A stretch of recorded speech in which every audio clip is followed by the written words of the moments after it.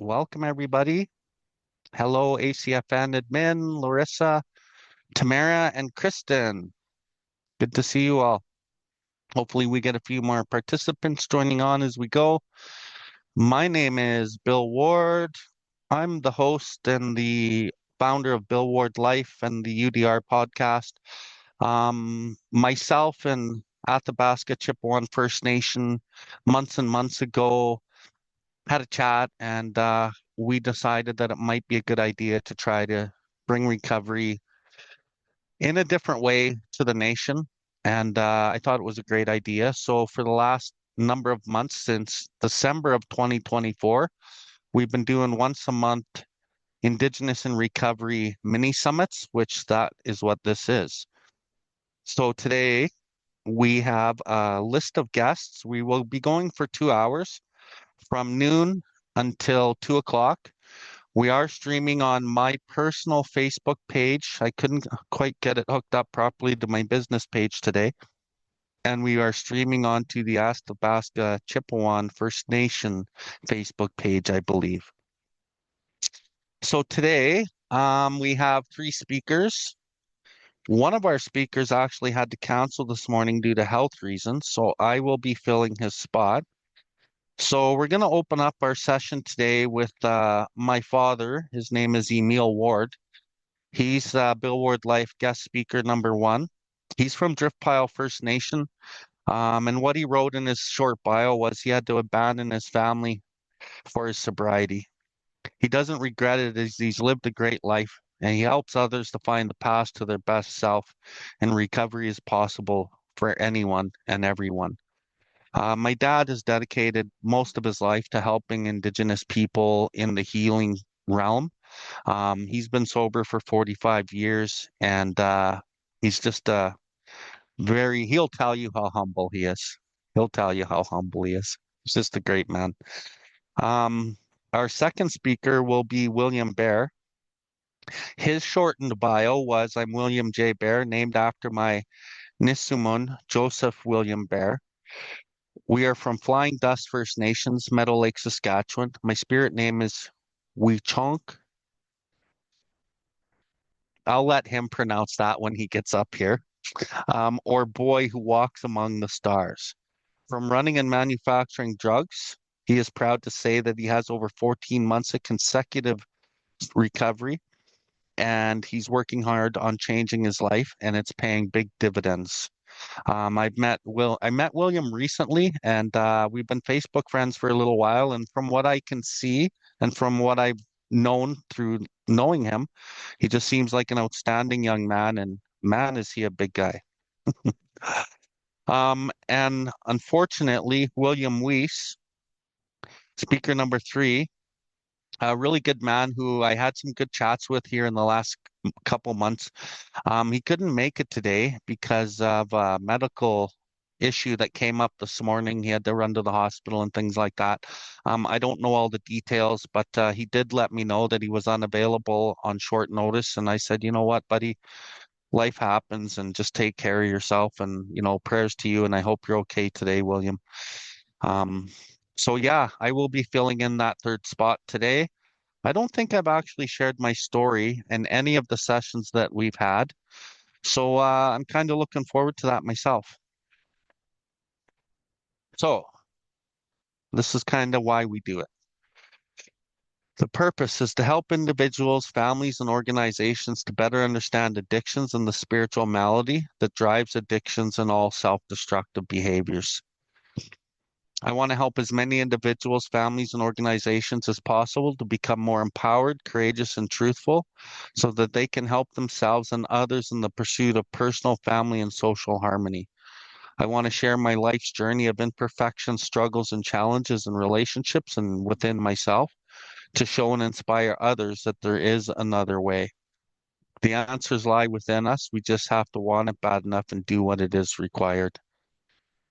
And that's one of my statements. And really, that kind of sums it up, right? I really do want to help individuals, families, organizations, whoever it is, to become more themselves, more authentic and truthful so that they can help other people so that we can kind of ripple effect this thing that recovery's given me to all people. And, I guess for me, it started with my dad. I'm a drug addict, alcoholic. My dad was in recovery, and because of his path, I, years and years later, I found the path. My daughters have found the path. And, in some ways, maybe parts of my family who aren't addicts or alcoholics, they at least found a healing journey. So my dad's impact on our family is pretty profound, and that's what I want to carry on. Um, so what I'd like to do is maybe say a quick little prayer and then maybe talk a little bit more about this event before we get my dad speaking. So if you guys could join me for a quick prayer.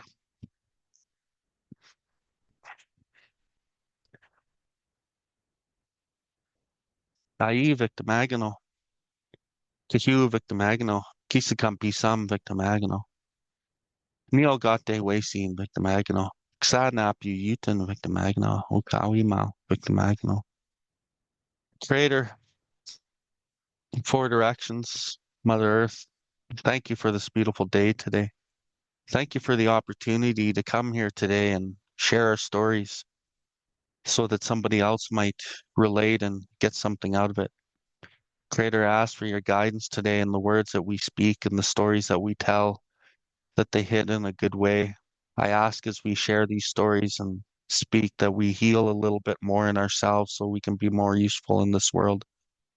Creator, I thank you for this beautiful day and the people in my life. I ask, Creator, that you watch out for the alcoholics and addicts and just all people in general who are suffering with whatever they're suffering with, and just guide them in a good way, and give them that big warm hug that you give me when I need it. Please keep that light shining and burning within them so that they don't give up and they know that there's a new path and there's a new way. I thank you for my life today, Creator. Hi, hi.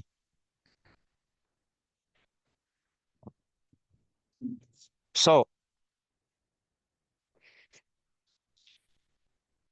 when I read the purpose on my little agenda here, to help individuals, families, and organizations better understand addictions and spiritual malady that drives addictions and all self-destructive behaviors.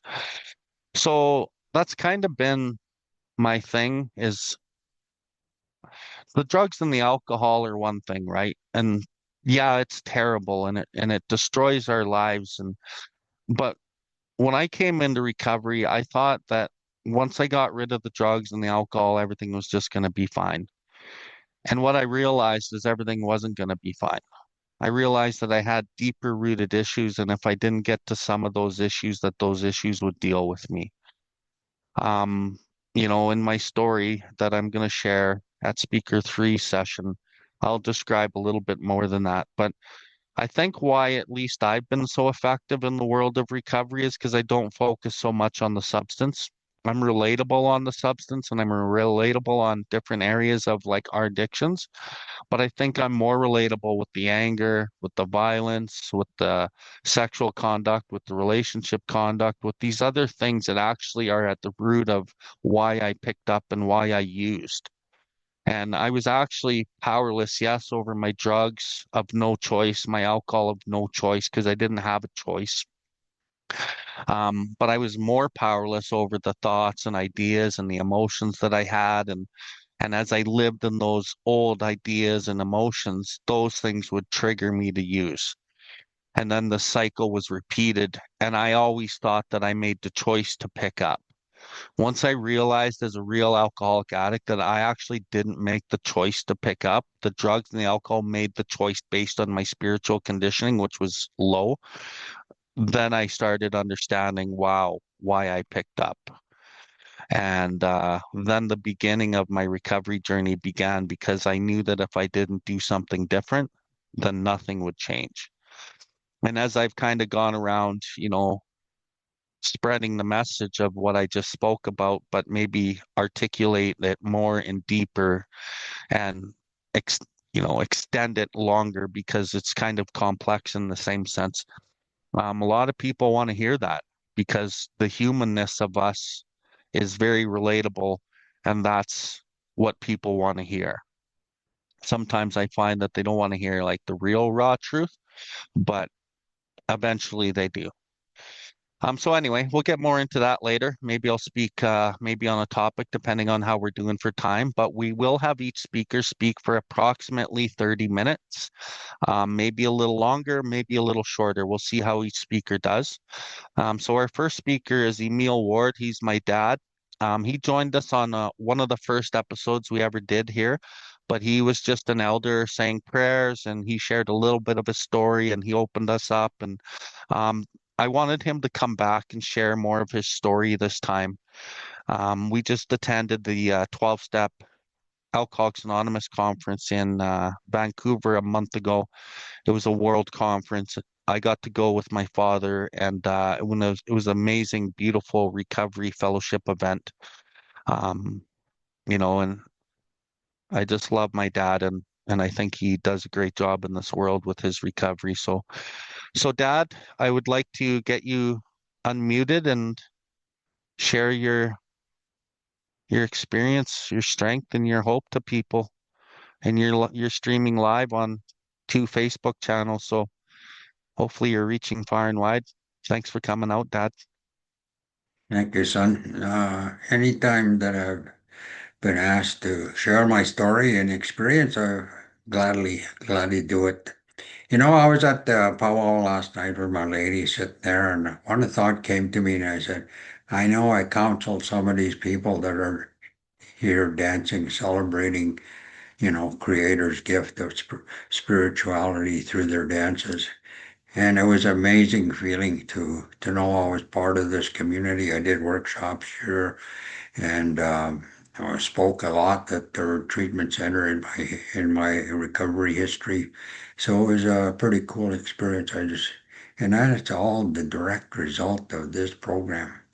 You know, yeah, my name's Emile Joseph Ward. I was born Emile Joseph McGillis, so I knew nothing about my own identity for quite some time, and found out the results of my birth name later on, and found out my father wasn't my father, and it was basically dysfunctional right from birth. So, and growing up early in my childhood was no different. And I'm not going to spend a lot of time on that because that's quite common knowledge in our First Nations histories in some of our families that have suffered from the disease of alcoholism.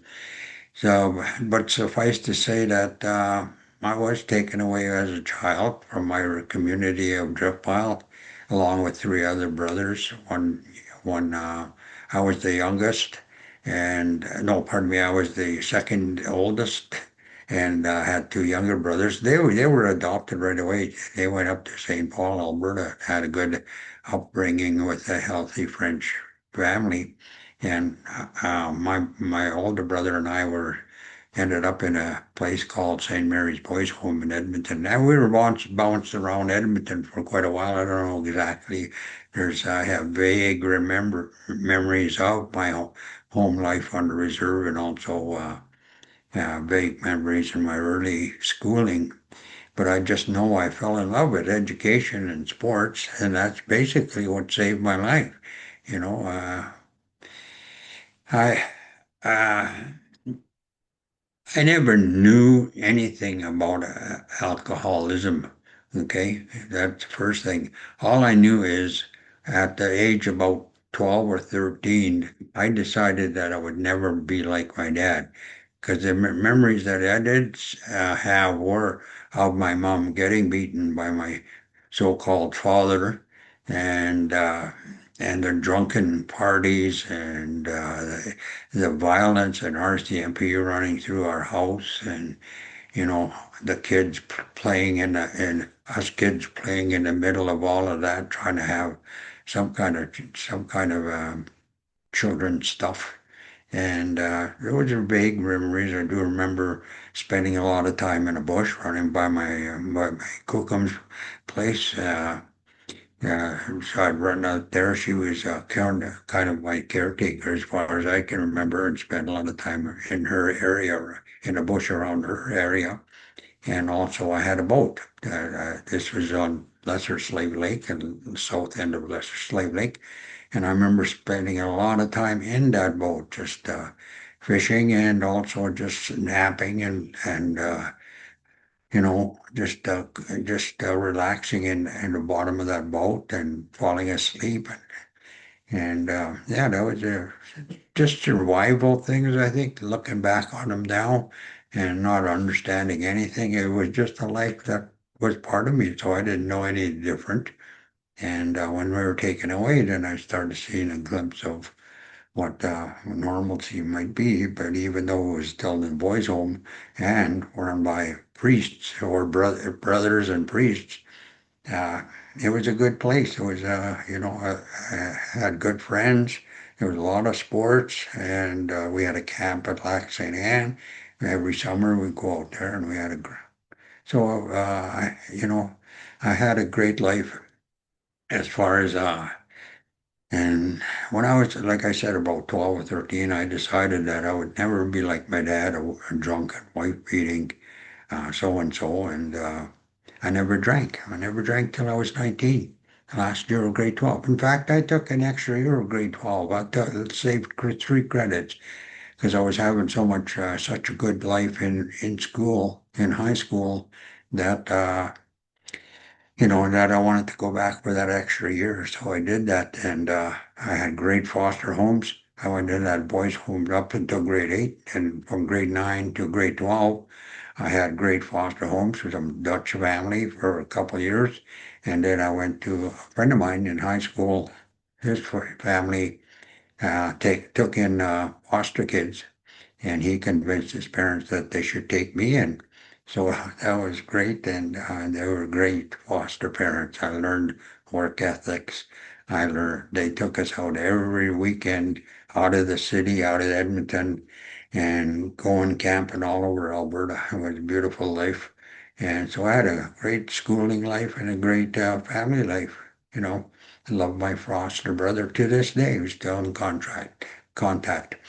So now after my last year of high school, like I said, I never wanted to be like my dad, but I had witnessed people drinking and having a good time through my high school, that parties and school gatherings that some of them would be drinking. I was not interested in it really.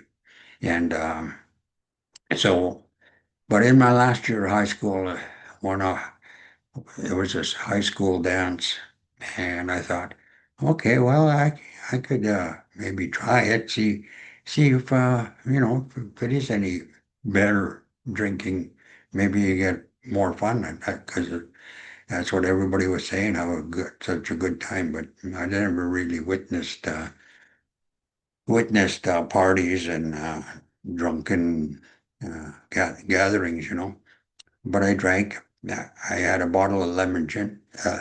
Anyway, uh, uh, little Mickey of lemon gin from my foster home to my high school. I had a, I entered, and I experienced my first blackout. That's my first drink of alcohol. Then I go into a blackout. I didn't know anything about it. I just know I got, now this is what I heard is from my foster brother and he says, I fought with half of their football team and I was their quarterback. I physically fought with them in my rage. I physically fought with the principal that was a big supporter of our sports. And I also fought physically with my foster brother that I love to this day. Now, how is that possible? After that, that's free loving kid going into a rage like that. I could never figure that out. But simply to say that I never could predict what was going to happen to me whenever I drank. And that happened for another 15 and a half years. That all created all kinds of legal trouble violent trouble, I'd require broken relationships, loss of jobs, impaired drivings, and suffice to say, the consequences directly related to my drinking. Not knowing anything about an illness called alcoholism. In fact, I tried to quit drinking on my own. Oh, pardon me. Yeah, before that, why I decided that was they found me passed out on the pool table at the Kinsman Club, and I was supposed to be at a very important meeting. I was the assistant manager of an industrial store, and I was supposed to be a multi-million dollar deal, and there I was passed out on this pool table at the Kinsman Club. And my director, well, my boss or general manager said you go to Alcoholics Anonymous or lose your job. So I went to one AA meeting and I decided that wasn't for me. Because, I graduated, I know myself, there's a better way of just quitting drinking. I did it for 19 years. So I thought anyway. And so I went on a dry for 2 years. Today I know what that means. Today I know that being dry just simply removes the drinking part of what I call the three-headed dragon, the drinking, thinking, and feelings. And all I did for 2 years was cut off that one head. I still had two-thirds of my problems in my life, in my thinking, in my relationship, in my workplace, in my friendships, and it just continually affected my families and my relationships. And of course, not knowing that I was there's a mental, physical, and spiritual, emotional disease. And, you know, so I tried to stay sober on my own. And that my wife left me during that time, took the kids and moved back to Alberta. I was in BC at the time, in Revelstoke, and she took the kids in the middle of the afternoon while I was at work during that 2 years when I wasn't drinking. How was that possible? Anyway, I couldn't understand it, and that just gave me an excuse to just go crazy with giving up on more or less on drinking. I was hurting over losing my boys and my wife and family, and anyway, after another 4 years, and until I ended up in a violent situation with my last lady, and I was charged with assault causing bodily harm, and. Went to court, pleaded guilty because I was guilty, and the judge saw my record and he says, "Mr. Ward, I'll give you a choice. You can either go back to jail or you can go to treatment." And I thought, oh, okay, well, I've been to jail. I don't know what treatment's like. And I was working for a company called, well, it was a mining company, and they have a employee assistance program. And I knew enough about the benefits, and I knew I would get money for sitting on my butt. So from the union. So that's what I decided. I said, Your Honor, I'd like to go to jail, or I'd like to go to treatment. And that was February 26, 1980 was my last drink actually, but the incident was February 22nd, 1980, and pleaded guilty on the 26th, and went March 13th. I was on a bus to Maple Ridge, BC, to enter treatment, and that is where, wow, I got educated. Okay, there's a 12-step program of Alcoholics Anonymous. Step 2 just came to believe a power greater than ourselves could restore us to sanity. Well, step 1 was admitting. There was no problem admitting that I had a drinking problem. But what I didn't know is it was a disease. So I came to believe in what the people were saying in treatment. This treatment center was managed by 100% of the staff was ex-drunks and ex-addicts, and all us clients were all alcoholics or drug addicts. So I couldn't baffle these kind of people. And next thing I know, I came to believe these people. I came to believe the clients, their stories. I could relate to them. And then I came to believe in a thing called the Jellinek charge, which is the progression of alcoholism right from the early stages, the middle stages, right to the late stages, and the squirrel cage that ends uh, that ends in disaster. It's a chronic progressive illness. Chronic means I'll have it the rest of my life. Progressive means it gets worse, never better, and it becomes an illness. It qualifies as an illness from all the things that happened to me when I drank. Those were the symptoms of my disease. So it qualified as an illness in 1955 in the United States and 1956 in Canada. So, I came to believe that these facts were true.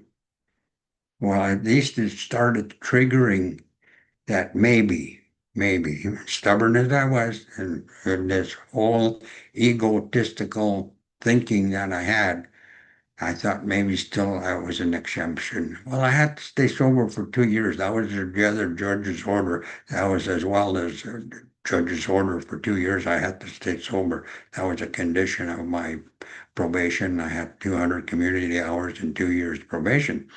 And so I knew when going into treatment, I thought it was just going to be a relaxing holiday, and I was, I can quit for 2 years because I quit for 19 years before. Piece of cake. So, and I already had thoughts of going back to drinking. I didn't know the grip of the disease was already in my psyche. So, little by little, I got educated about it.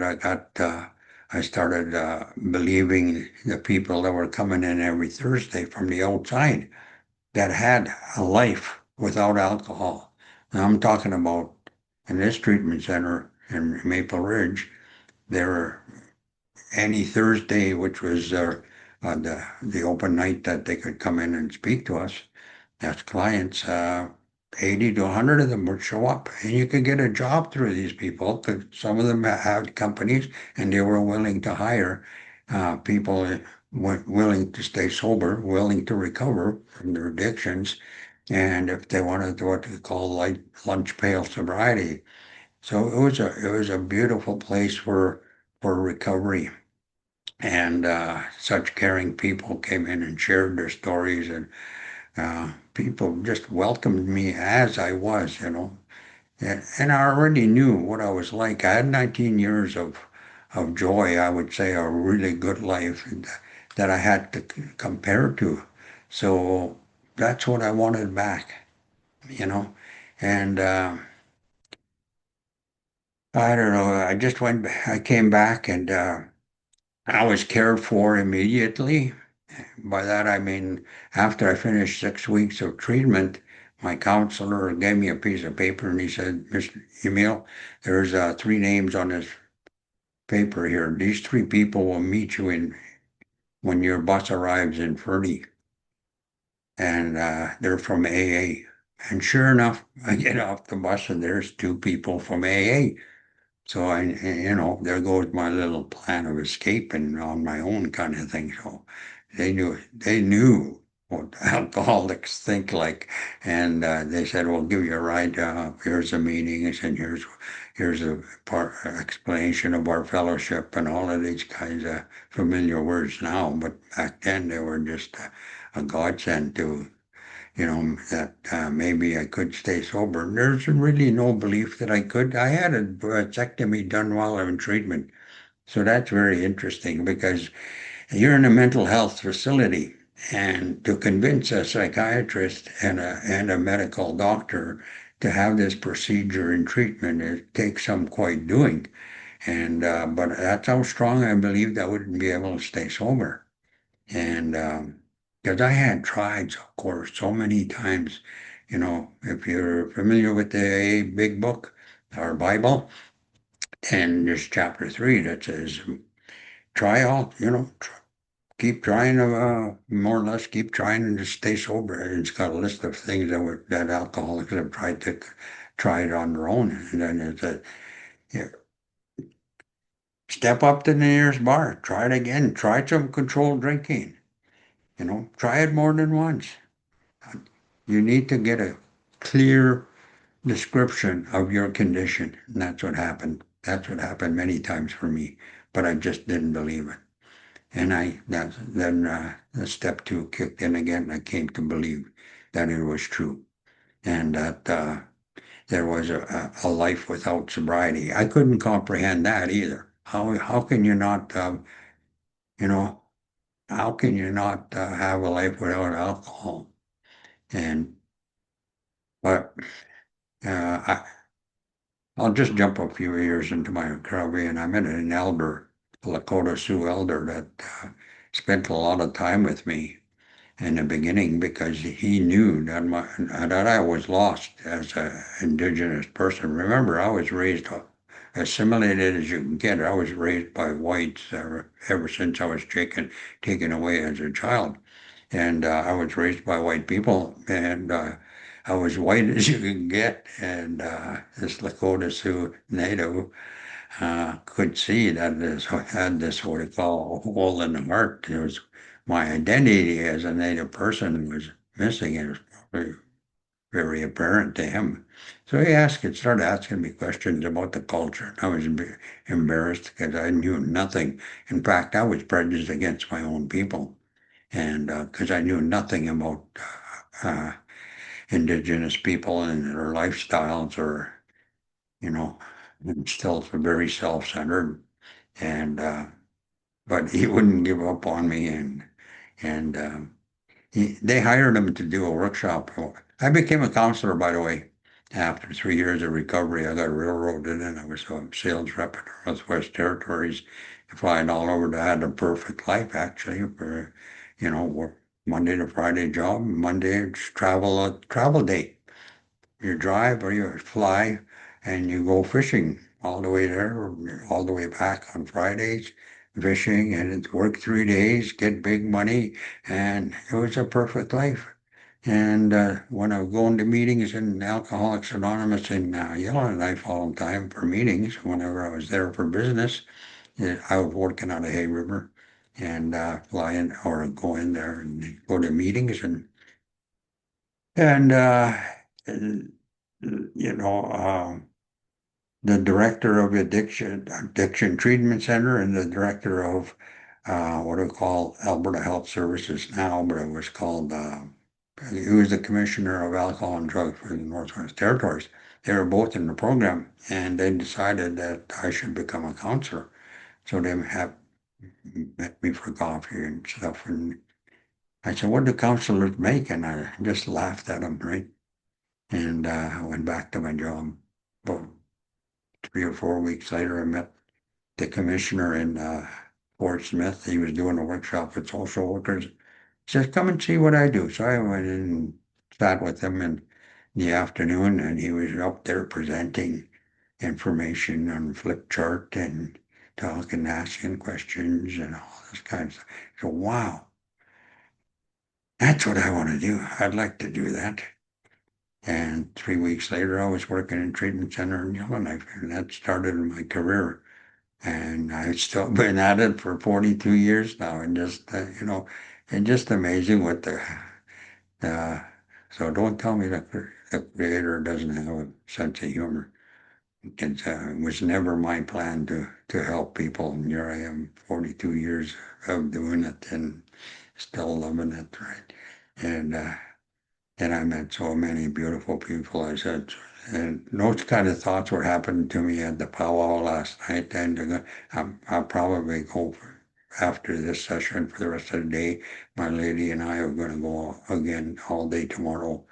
So, it's the quality of life is no comparison to what I thought was going to be a joyful time because I had career plans of making big money and career plans of having a great life and doing all of the things that I love to do that I did. Then my foster parents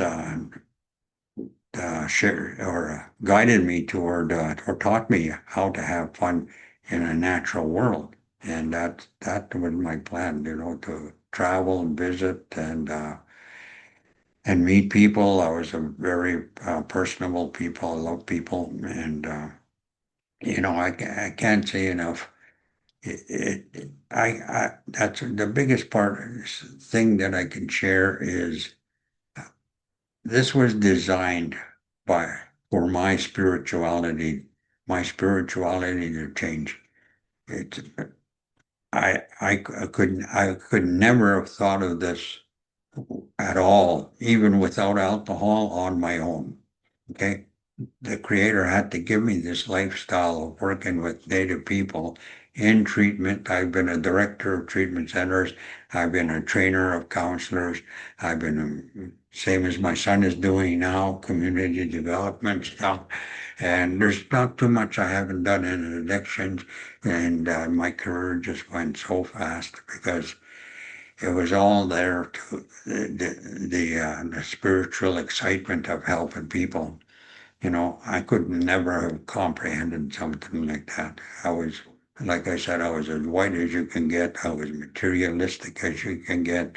And it was all about what I could get for me and my family at the time. So, I've been fortunate to watch that passion in my son. You're going to hear his story later, but I see the exact same thing happening for him. It's so beautiful to watch and know how we affected my grandchildren. And now we have a little great granddaughter, another one being born any minute, actually, due on July 19th. So she's a little overdue. Probably wanted to go to the powwow. Right after the powwow, she'll probably have my little great granddaughter.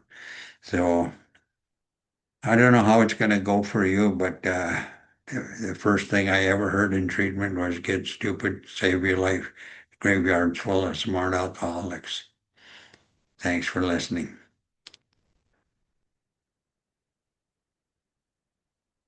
Awesome, Dad. Awesome. So don't go anywhere, Dad. I want to talk to you a little bit. Okay. Thanks for that. That was awesome. And that little saying that you said, get stupid and save your life. The graveyard's full of smart alcoholics. That one stuck with me for ever since you ever said it. And I use that one too because it's so true, right?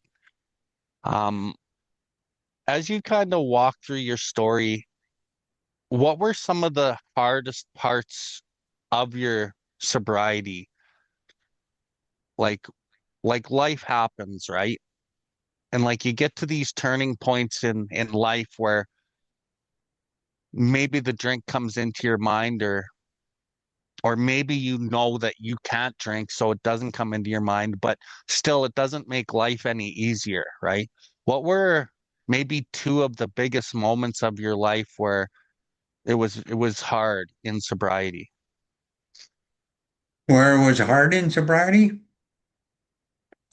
Well, first Yeah. of all, uh, I need to say that the other thing that I believe in, and I read that in a grapevine, is if you focus on the problem's going to get bigger.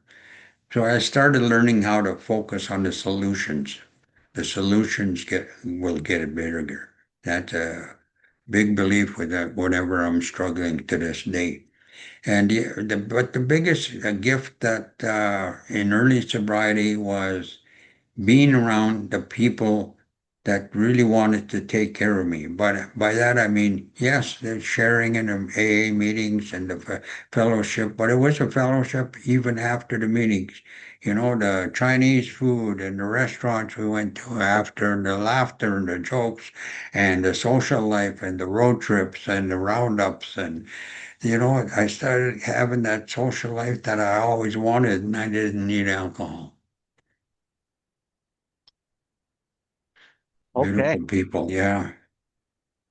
You had mentioned to me numerous times, and it was in your bio that you had to like abandon your family, right? Yeah, So yeah.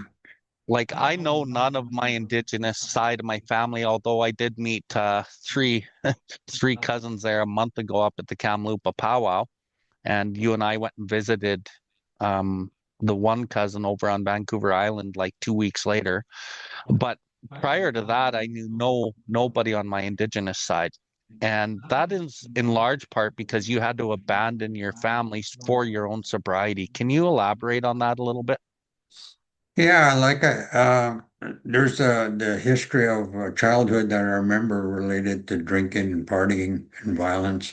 And then there was my own personal experience through my own drinking with my brothers, the violence between my brothers and I, the violence between each other, all the garbage that went along with it.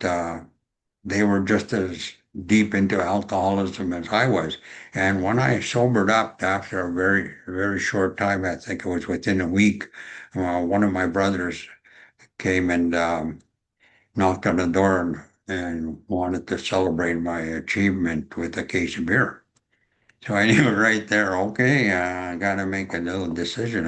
I was told about boundaries and treatment, and here was my first opportunity to exercise my boundary. So I refused to let him into my home and into my family.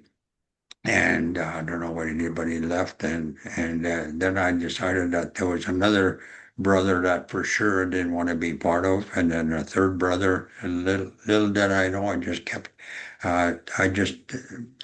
decided that I would not be part of my family, other than my mom and my one sister that were my one sister was never addicted with alcoholism, was a good person. And of course, my mom had had her problems with she was dry for many years at a time, but once every 10, 15 years they'd get drunk together. But she was just a sweetheart, and I love my mom a lot. And those were the only two people that I decided could be part of my life. So, like, I work with a lot of our people, and they come off the nation and they go to treatment and they try to get sober, and then they often go back to the same environment and often relapse. It's probably way more common than it's not. One of the things that I try to get them to do is like keep on the path of being in the environment where you're with other people who are trying to change and do the same things you're doing, which means not going home. So what's your advice on that? Do you agree with what I said, or do you have a different opinion? Okay, sorry, I was not paying attention. I was seeing Clayton on the screen there, and I thought I recognized him from somewhere. Can you repeat that, son? So a lot of times when I work with people out on the nations and I see they go to treatment, they come back, same environment, and then they relapse. They might try treatment again, come back, same environment, relapse. I try to encourage people to like not come back so quickly, to stay around people who are also trying to change and like stay sober, which means maybe going into sober living or maybe doing second phase treatment. Or, I think the longer that they try to keep working on the path that they're on versus going back home is a better idea than just going to treatment and coming back home. What's your opinion on that? Yeah. Okay. I do when I do a presentation, I use the analogy of a circle. Circle being one circle being 30 days. Okay. So imagine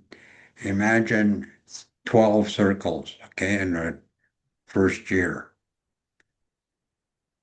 You were in treatment for 2.5 circles. That's 14 weeks average. At the most, that 14-week program's going on right now. So that's 2.5 months of treatment. The, re the rest is aftercare.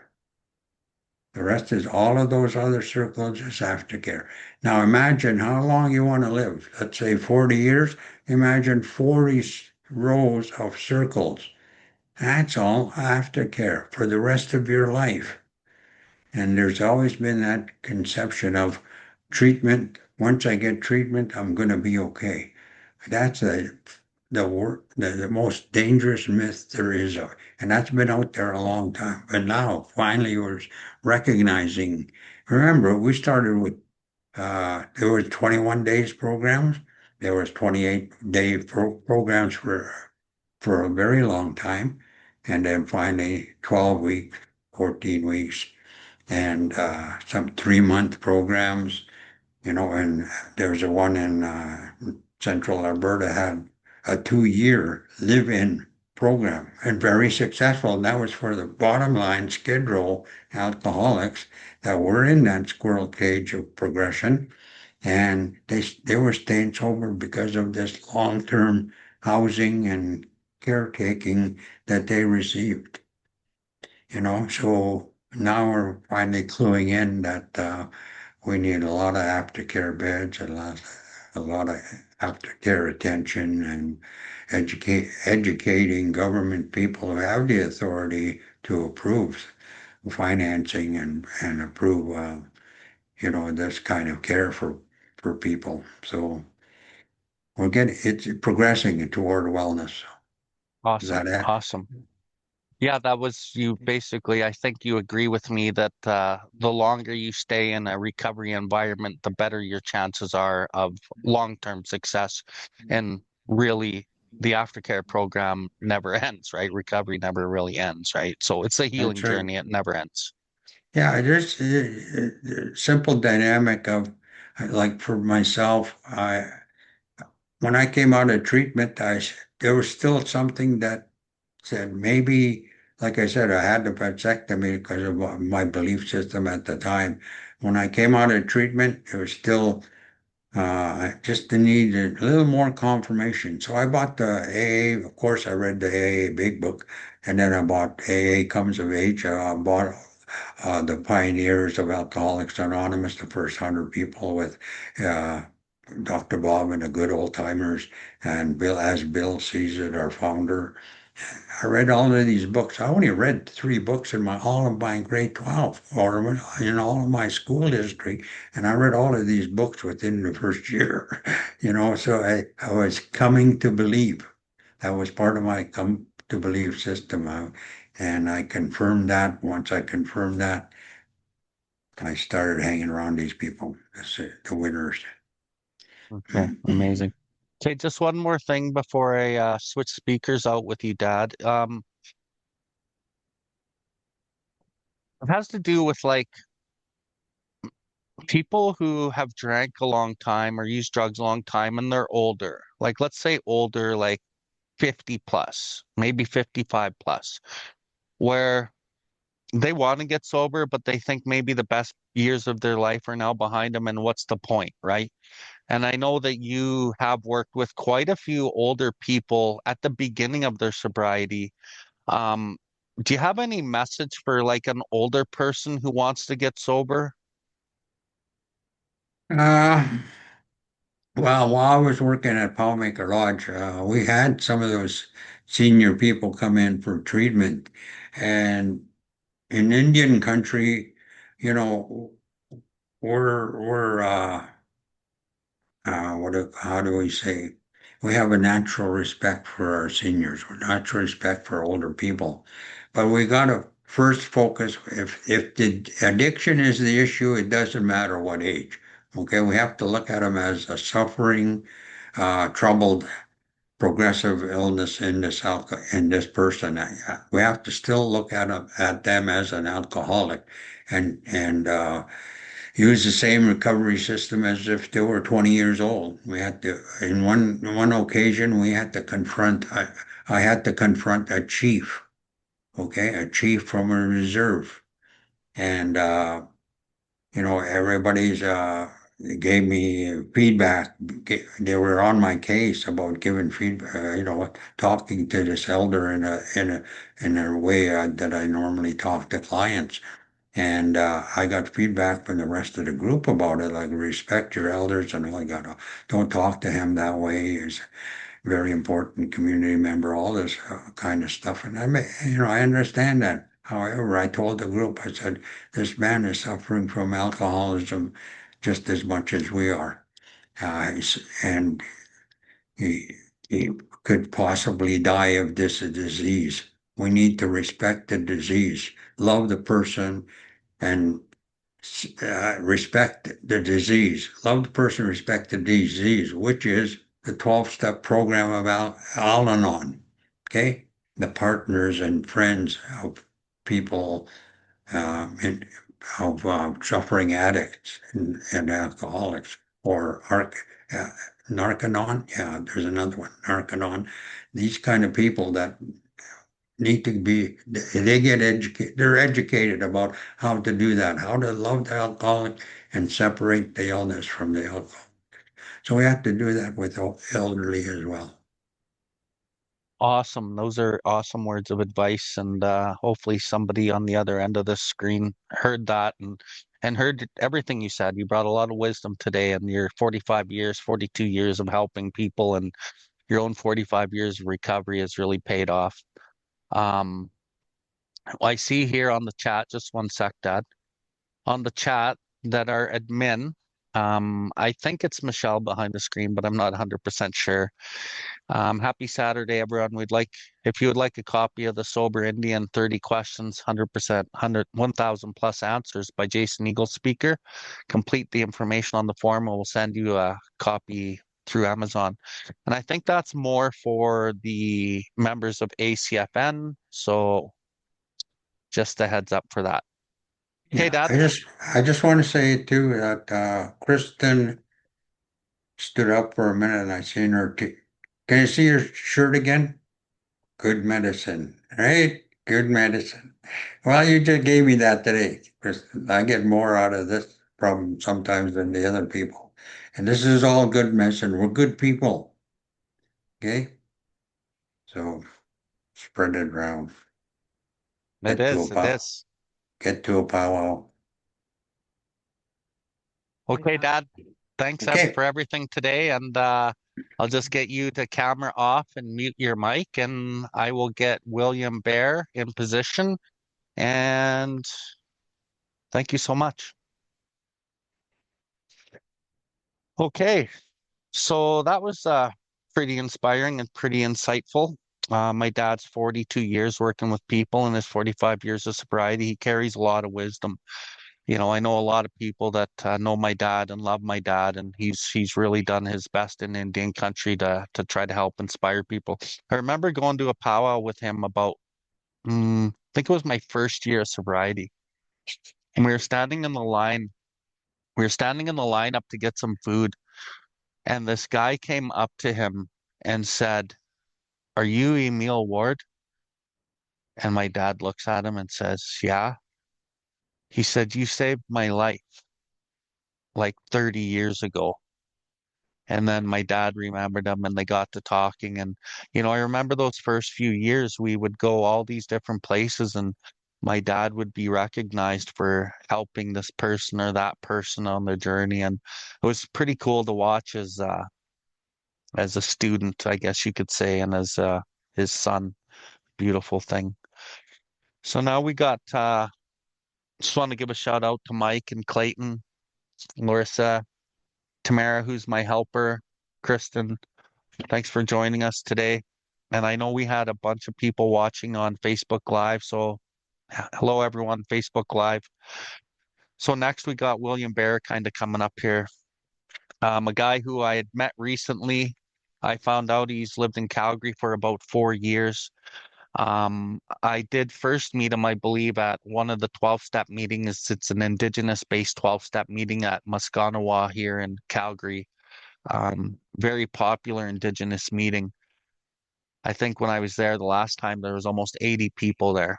And he's been a big part of that meeting. He's a good friend of William Weiss, who couldn't make it today because of his health concerns. But just chatting with William Bear, we are from the same Sundance family. He wasn't there last year, and I was there last year. And this year, we're going to Sundance together. We both are in Sundance community. And a week and a half from now, we'll be in just South Edmonton dancing for our creator and for the people again. We know a couple other people in the family too, so it's a beautiful thing. So William, I'll get you to unmute and throw your camera on and we will get you introduced. And this guy, don't let him fool you. Like I'm a pretty big guy, and when I gave him a hug this morning, I just felt like a little midget. This guy's a big guy, big handsome man. So William, thanks for coming out today. I'm sorry that your buddy William Weiss couldn't make it, but I'm glad you made it and you made considerable effort to get here on short notice this morning because you didn't have my address. But brother, let's hear what you got to say, man. Thank you. Awesome. Thank you, Bill. It's an honor to be here today. And a shout out to William Weiss as well. He's an amazing pillar in the community that he couldn't be here today. And I'm just sending out prayers to him. I would just like to start with an acknowledgement. I wouldn't be here today without my creator and without the sacrifice of our elders, they kept teaching throughout this time. And I believe there's something that, I like to say, like, lest we forget, because this is a remembrance that's so important to me that we don't forget the sacrifices of our elders and ancestors to have been here today. So with that being said, Tanse, my name is William Masqua Nitsikasin, William Bear from Flying Dust First Nation, Wichongpio Maniokshina, or a boy who walks among the stars. I'm born from North Meadow Lake, Saskatchewan. Um, so yeah, my story. Yeah, I grew up in a beautiful area of Canada. The lands are beautiful where I come from. The waters are beautiful, and I had an amazing first few years as a child, playing out on the land quite a bit. And yeah, that's when like life started happening. So growing up on my reservation in my small town, I'm a descendant of the Beauval Indian Residential School. My name is William Joseph Bear went there. I'm also a part descendant of Belarus and escapees of Belarus during World War II. And one thing that I found when I was growing up is that they used emotional abandon as a state of survival. It was very loveless environment. We used to use the words "kasaki tin" for "I love you," and that was something that my grandfather couldn't say. And so growing up like that was kind of pretty hard. And sorry, as I just kind of settle into this. Um, Growing up as a child, a half-breeded kind of, I guess some people would say, like I was a survivor of sexual assault when I was 5 years old. And growing up, my parents, they became arms and drug dealers growing up. And I think that was one of the hardest things for me as a child to bear witness to, because they were my heroes. They were my everything. And I had to bear witness to my heroes fall like stars in the night sky. And I say that because it's so important to honor our child and honor our story as we move forward, because this is what it's all about. It's about the children of tomorrow. And that's what I found strength in my sobriety to move forward with. So, with that being said, we went through that. It was really hard. The destruction of my family because of the Beauval Indian Residential School and assimilation. And it wasn't long before one of my parents went into the PA penitentiary, and I was a recluse. Nobody would allow their kids to come play with me because my family was considered dangerous. And this is the problem with demonizing addiction and demonizing these, standards of living that, people fall all the time. And it's best that we now start normalizing these behaviors because demonizing them doesn't just ruin the family, but also the children, right? So moving forward from that, I had to been bounced around quite a bit. I like to use the phrase, like a lot of us as Indigenous people, we're forsaken children of a defeated people, largely abandoned, and we're trying to build those connections back together again. So like I was bounced around quite a bit, and I went to Edmonton, and I went to North Battleford, and it was in North Battleford, I was in the 1617 program because I couldn't live with my family. I couldn't safely live with my family because of the drugs and the alcohol and the using at home. And because part of my family would either ignore it through work, not understanding the fact of addiction, or the other part of my family that was in addiction. So I had the viewpoint from both of those places. But because alcohol and drugs were kind of a rite of passage growing up, something that you did on the farms, you would, go and drink with people. It was a rite of passage. It was how you became a man. And sorry, as I recollect here. And so by seeing that, I always thought sobriety was not normal. It was a boring way of life. And I was in the 1617 program, and I was bounced around a lot. I got into a lot of trouble and issues and stuff, and um, I suffered from what I'm calling is like spiritual collapse. My after going through multiple abuses growing up, my spirit could not uphold my experience any longer. And so lots of things started happening when I was a youth that are really relatable to a lot of youth today. I was running around, I was hanging out with a bad crowd, I was hanging around with the hurt people because I was able to relate with them. A lot of Indigenous people who were hurt in the North Battleford region. I went to the comprehensive high school, and eventually I ran into somebody who was a meth maker. And so I got into that. And while I was staying at a foster place at the time in North Battleford, and that just opened up my whole expanse to a whole new world because I used to have to run for him. I would have to go pick up drugs from pharmaceuticals all up and down the Lloyd Highway. And then we would take them and make stuff with it. And then we would take it to places we called Gak Shacks in Saskatoon. And I got to see a horrific side of life at a very young age. It was really a hellscape, I guess, that you could say. No other really way to put it. And from there, I ended up quitting because I wanted to take my life, and I moved back to Meadow Lake, and I got a camp job in the oil fields. And I like to organize things and move people around. So I was able to work myself up into a position. After 7.5 years working there, I gradually moved up and became a placement coordinator. And I started saving our company a lot of money by shuffling people around and meeting ratios and stuff. But going through that time, I had already been consumed by my addiction. So I'd go to camp for a couple of weeks, I would dry out, and then I'd come out and I would use. And I kept trying this over and over. And I would go to doctors and stuff, and I had antidepressants, and I got addicted to medications and things like that. And eventually, it kind of all fell through just before COVID hit. And when COVID hit, yeah, I ended up getting into the worst part of my addiction. I lost everything I worked for. I had to do a CRA report when I went to court a little bit later on, and I spent $500,000 just running a cycle of addictions and partying and wasted life. And I think a lot of people can relate to that because as a placement coordinator, I've seen that so often for a lot of people. They would come to camp, make a lot of money, go out, and then this extreme thing would happen, come back in, and it was just a cycle over and over. And I knew that something had to change. I had to do something different because money was not solving this problem. So I ended up losing that, and I was trying to find a way out of addiction for a long time, like a long time. I used medications, pills. I even tried other medications that would stop me from drinking, and I would find ways around that. My addiction was so fierce. What I say was because of that spiritual defeat, I didn't have the spiritual independence to stand on my own. I had to lean on substances. I had to lean on people. I became codependent, and it was very hard for me at that time because I needed people, I needed things, and I kept bringing people into my life that would harm me, and I wouldn't be thinking about myself ever. I'd always put myself second to all things, and that's when that rot started to take over. And the worst part of my addiction was actually when I first moved to Calgary. I tried to like leave the Edmonton area, and I came to Calgary because we were escaping.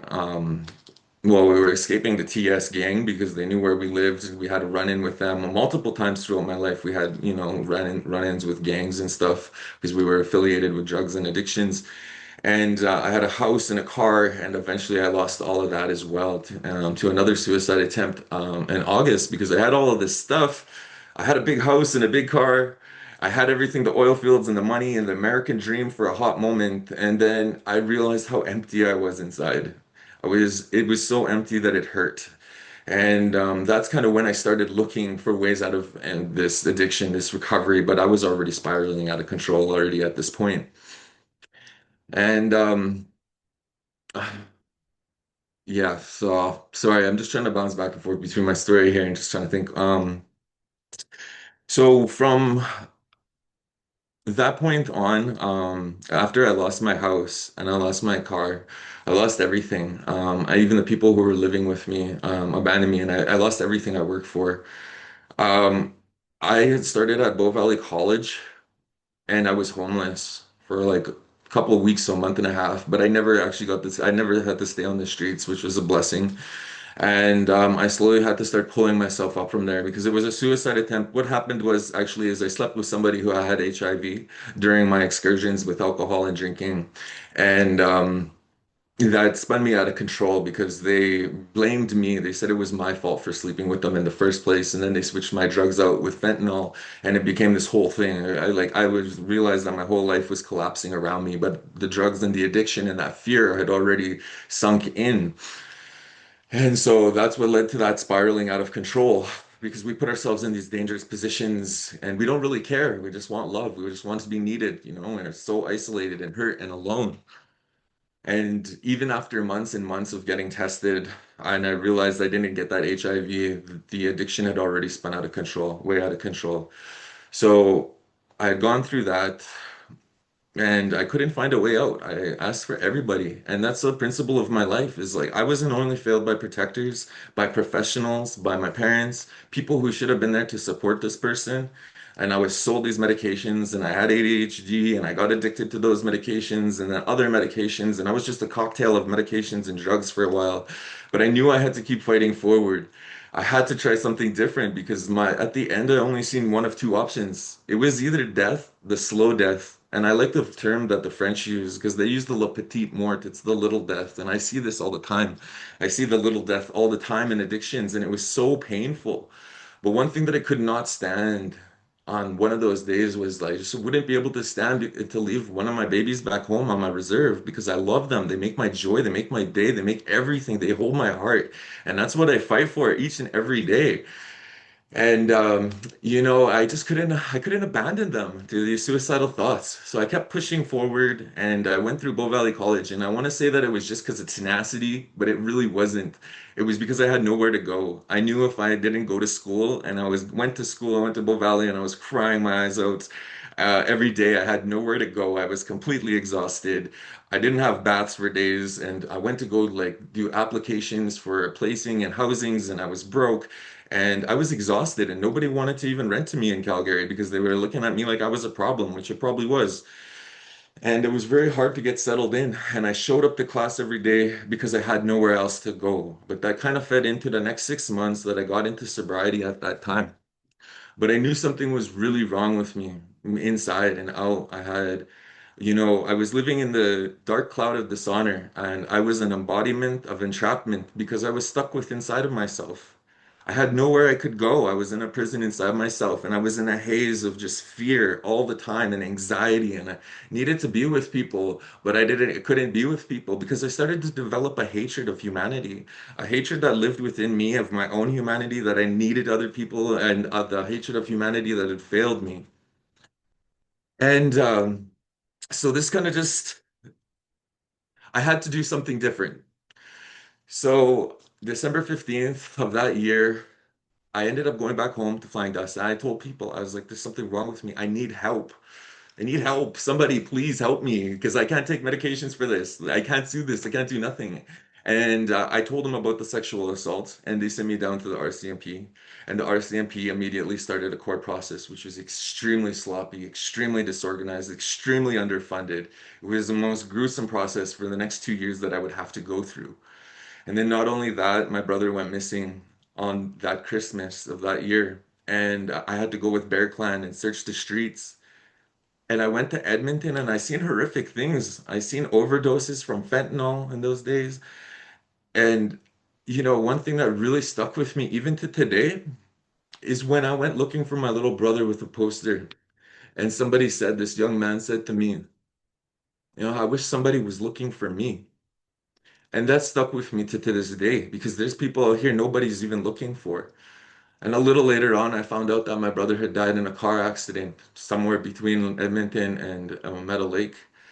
And it crushed me. And I thought I had control over it. So what did I do?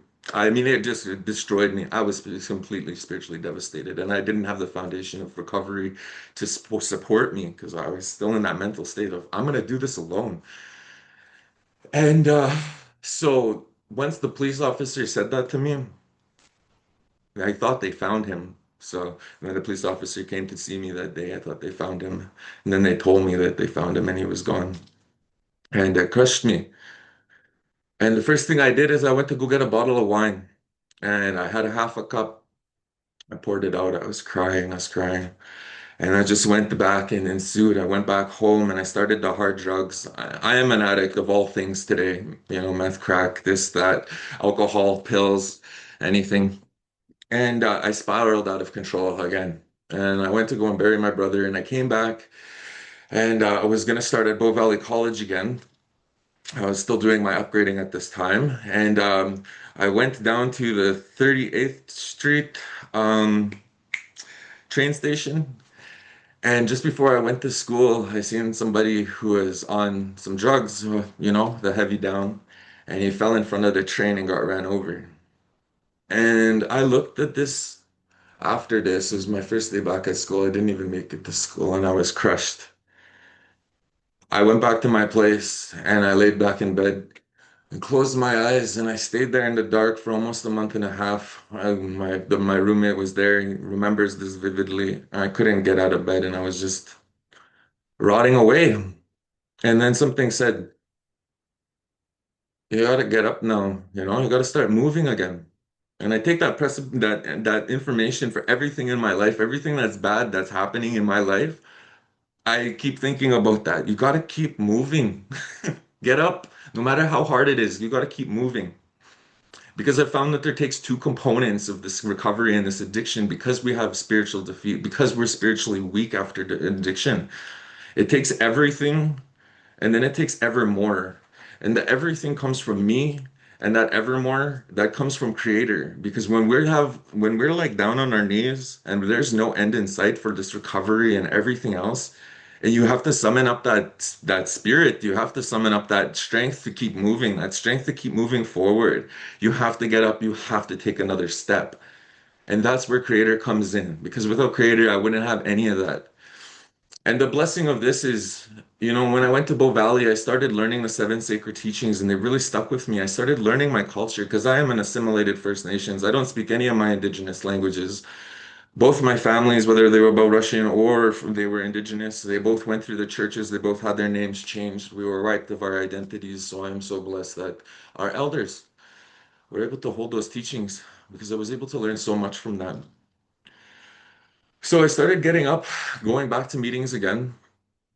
And I kept going through this process, and it was just a horrendous process going through court because I had the lawyers come to me and they kept saying, "Why are you doing this? It's just a waste of your time. You'll never be able to take this man to court for a historic thing."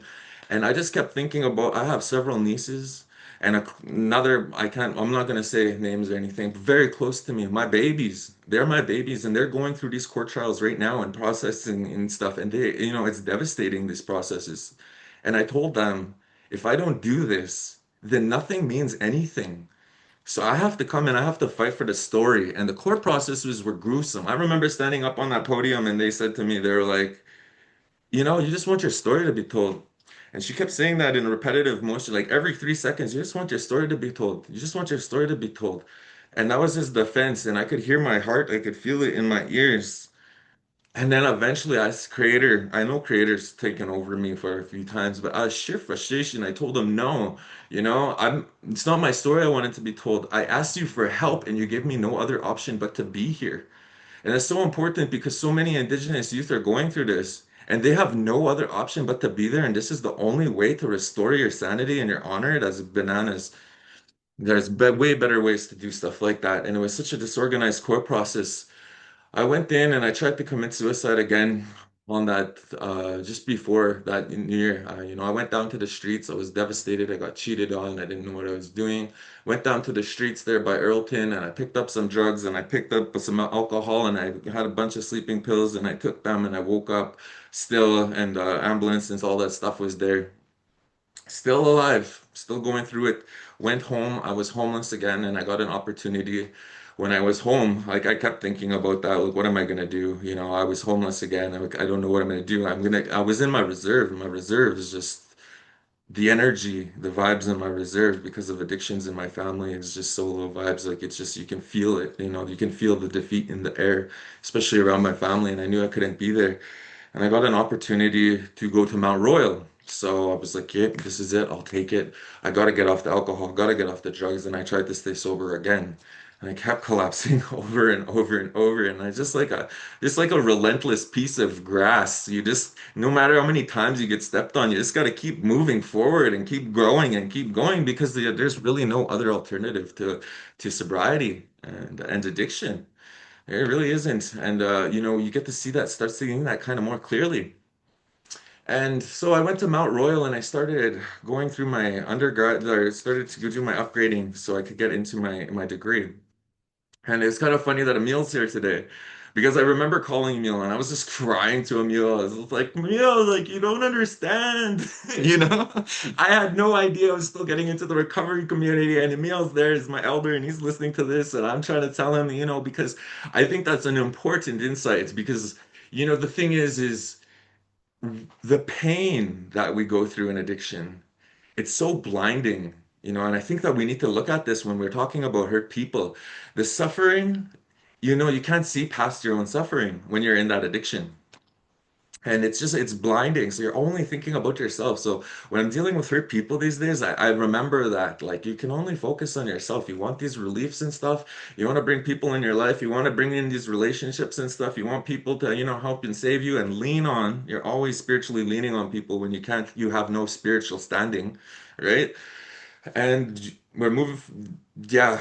So I think it's important because what we went through with all of this and that spiritual defeat, I believe it has to start being looked at as a natural response to what's happening with us.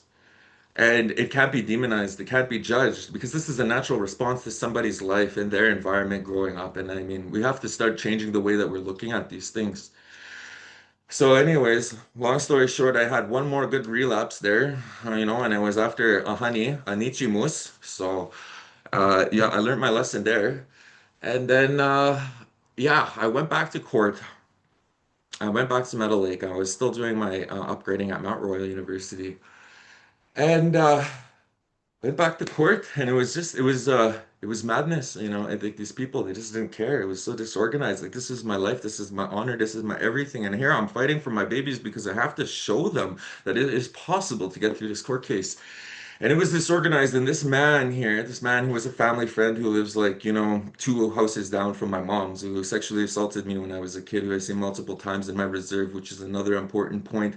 When you get sexually assaulted on a reserve, there is nowhere to go. You're literally living with this person. And I seen him there on the couch. Why is he here? Why am I out here? What's going on? And I was so fed up, and I went up to the window at the Meadow Lake Court there, and I said, "You see, this is the shit that makes people want to give up. Why are you doing this?" And I was just fed up, and I don't know what happened because I prayed to Creator, and I swear it took over because I walked up to that man and I gave him a hug, and he cried like a child in my hands. And he asked for forgiveness because he said that he was smoking crack at that time and he was on drugs and alcohol.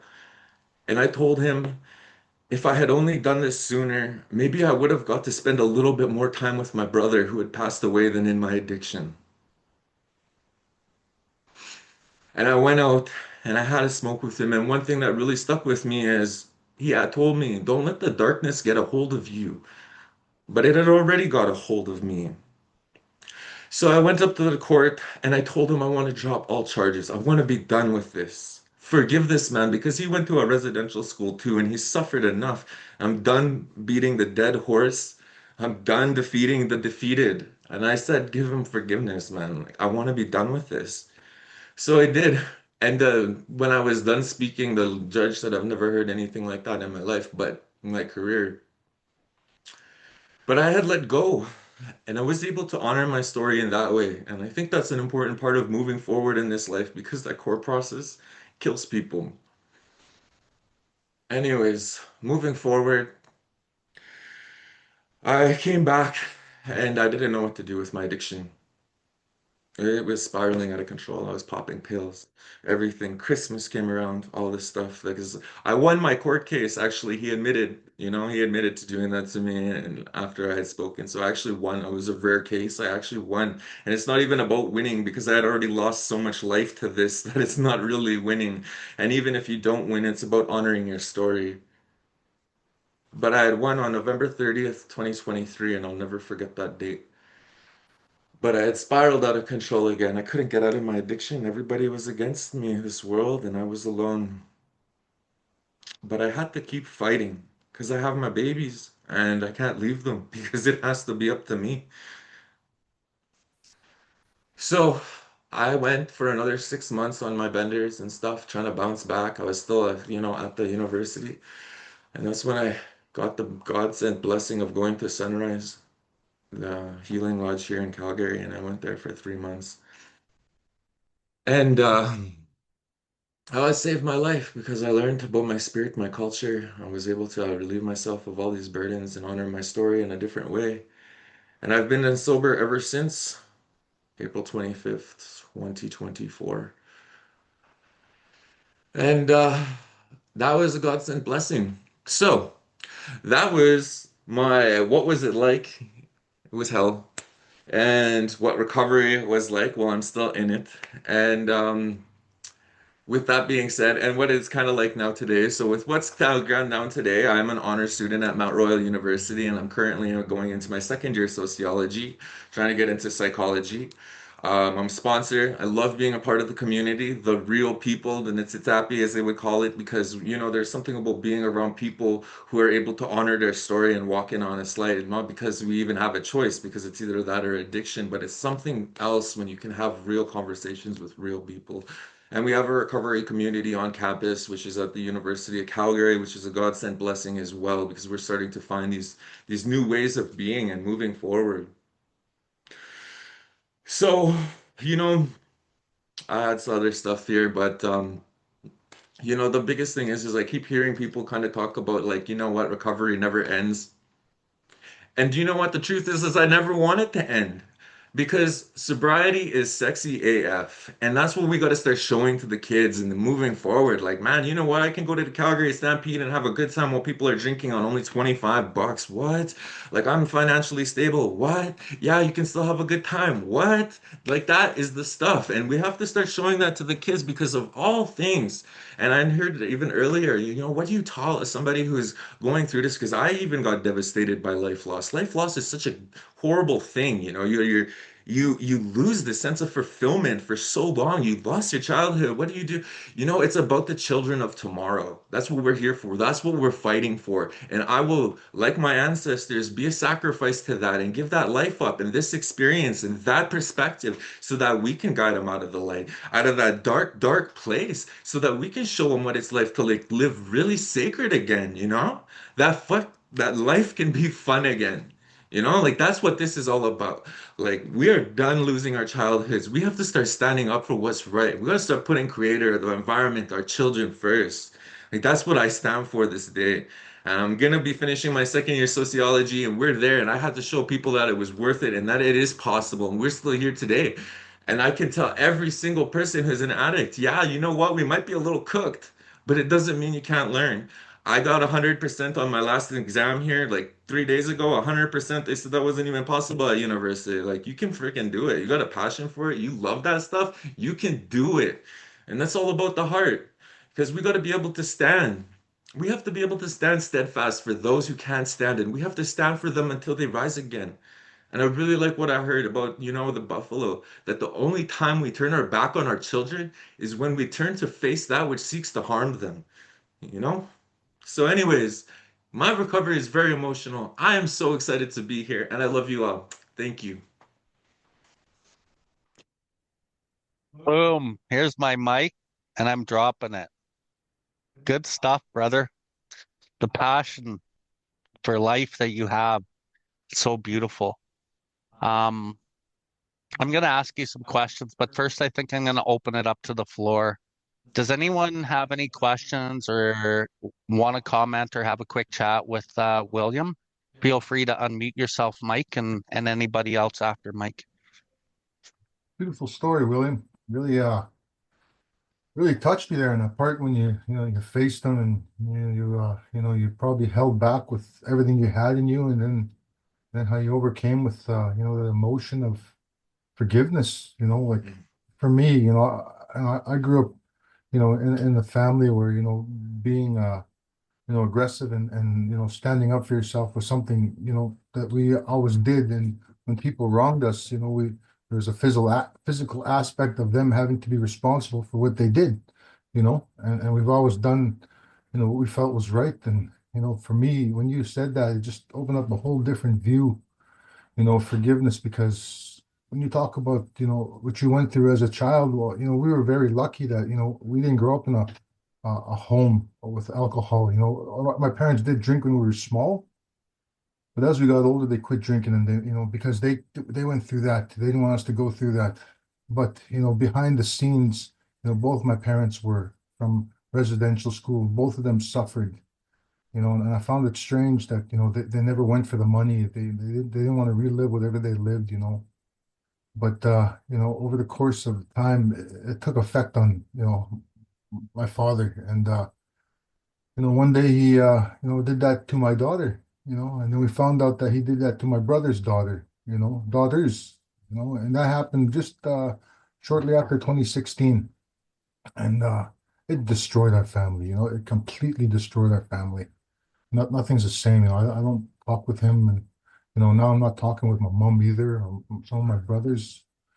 And it's hard for me because I told myself that when he gets to a certain point in his life where he's unable to harm anybody or do anything, that I will go and help him. So now he's in a home, and for the last 6 months I've been trying to go there and help him and do things, but I just can't. I can't. It's so hard for me to look at him. It's so hard for me to see him, and not and to be able to not do nothing, and for him to just not be remorseful, about anything, or even say apology, or even say I'm sorry, or anything. It just kills me. And now I'm at a point where I'm just so torn with my family, and torn with everything that's going on. My mother always raised us up, since we were children, that a family that prays together stays together. But I know it's more than that. Prayer is just one aspect, but you have to do something too as well. So the forgiveness part, and what you said, it's beautiful. And and thank you so much for sharing that. And it's something that I'm working on. But I tell you, man, it's very, very Mm. hard. Yeah. If I could just be so frank to say as well, that man, he's living in a state of dishonor, and it's a delusion, and he would be afraid. What happened to this man when he was going to court is he suffered a heart attack between the court case dates. He's terrified. You have to remind him that he has to be able to honor his story. But if that is a part of your journey, talk to Creator first about that forgiveness. And for the victim, I learned when I went to court that victim means is to be sacrificed to the will of another. And this man's spiritual starvation turned him into a wolf, and it is so important that we talk to the victims that this is no shame of guilt of yours because you were attacked by a wolf. You survived a wolf attack. We have to treat it like that. You survived a wolf attack. There is no shame in that. You are a survivor, and it's important to remind the victims that you're a survivor, you're a warrior, and that this was a wolf attack that there's no shame, no guilt, that is all on him. And if he has that opportunity, because we're all creators children, that he can honor his story in that light, especially when he's so close to the end, because there would be nothing scarier in this life than not being with creator in a good way before you're at the end. That's all I have to say on that for right now, but I hope that helps a little. Hi. Good stuff, bro. Good stuff. Anyone else have any comments for William? Thank you, Mike. Go ahead, Kristen. Tanse, Kristen, there's so much I want to say, but just I guess as an older person and some years of experience adopting youth older youth that adopting in a kind of spiritual way. They call me Mother Peace. I kind of come by it honestly because when I was in my sobriety, I did a radio show and then I started mentoring young people that were trying to get off crystal meth because this was back in the early 2000s. So fentanyl wasn't around yet. So we were just having our first wave of crystal meth. So a lot of the people who are in their mid 30s, 40s now, they had been, on the streets and on meth and stuff like that. But so in my first 5 years of sobriety, it was doing the radio show was a great way to still be involved with music, but be safe from the drugs and the alcohol, right? Because at that stage, I really needed to kind of have boundaries. So just some background about me, because I found it shocking like there's having boundaries when someone's in a bad headspace or really in their addiction and really dangerous. It's one thing to have boundaries, right? But it's another thing to shun and judge, and I'm blessed to have people in my life, again, anonymity and stuff like that. But, the gangs and the drug dealing and the sex work and that kind of thing. It's so important that we have compassion, and that we're not alienating our brothers and sisters and that we're not thinking we're better than them. And I feel like that arrogant, snobby attitude of looking down on our people who are living on the streets or who are actively in gang life, like that's got to stop, you know? And it was in my first year of sobriety, or even right before I really sobered up, that we were in a basement and a woman was sharing at in a pipe ceremony, and she said, "I want you guys to remember that all those men on the street in front of the Cecil Hotel, they were my classmates, right?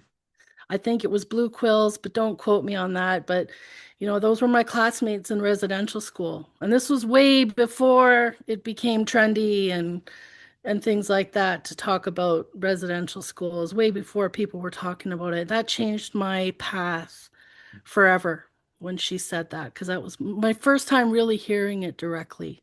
Why everyone is in this state, because I lost my father to suicide when I was 17. And what he had been through, that planted a seed of being able to have compassion, and for my grandfather and his behavior, I had to find forgiveness for that in order to move forward. So I'm so grateful that you're sharing your story so openly and honestly, and I'm so happy that you've made it. And for me, it gives me so much hope and strength. It makes me feel so good. And because I do know so many people that are still in the darkness and that don't want to, and the emotions, everything. It's so amazing. I'm so happy to see it, and thank you. And ask him. Thank you, Miguel. I appreciate that. Yes, those are our babies. That's what we got to treat them all as, they're all our babies if they're on the street or not. And we're coming. We're coming when we're opening and becoming stronger and being able to share our stories. Because like for me too, when I was going through those court case processes, like it was hearing the success stories of our elders who got me through that. It was through just their strength and tenacity alone that I was able to just push through the more we have. So just thank you so much. And yeah, we can never stop seeing people on the streets like our babies. Those are our babies. So thank you so much for the compassion you speak of. Awesome. Thank you, Kristen. And I want to add, like, a huge part of recovery is forgiveness, right? And I grew up very angry and violent and resentful, and part of the reason I built a life that I did was out of resentment, partially to society. And I could relate when William spoke on being cynical to mankind and like, what's the point? And, like, F you. And like, I had that. And, I also was like my dad, to my dad's point, I was very prejudiced more against my own people than any other people. And then when I kind of came into recovery and, burnt my life to a crisp and like William, didn't want to be here anymore.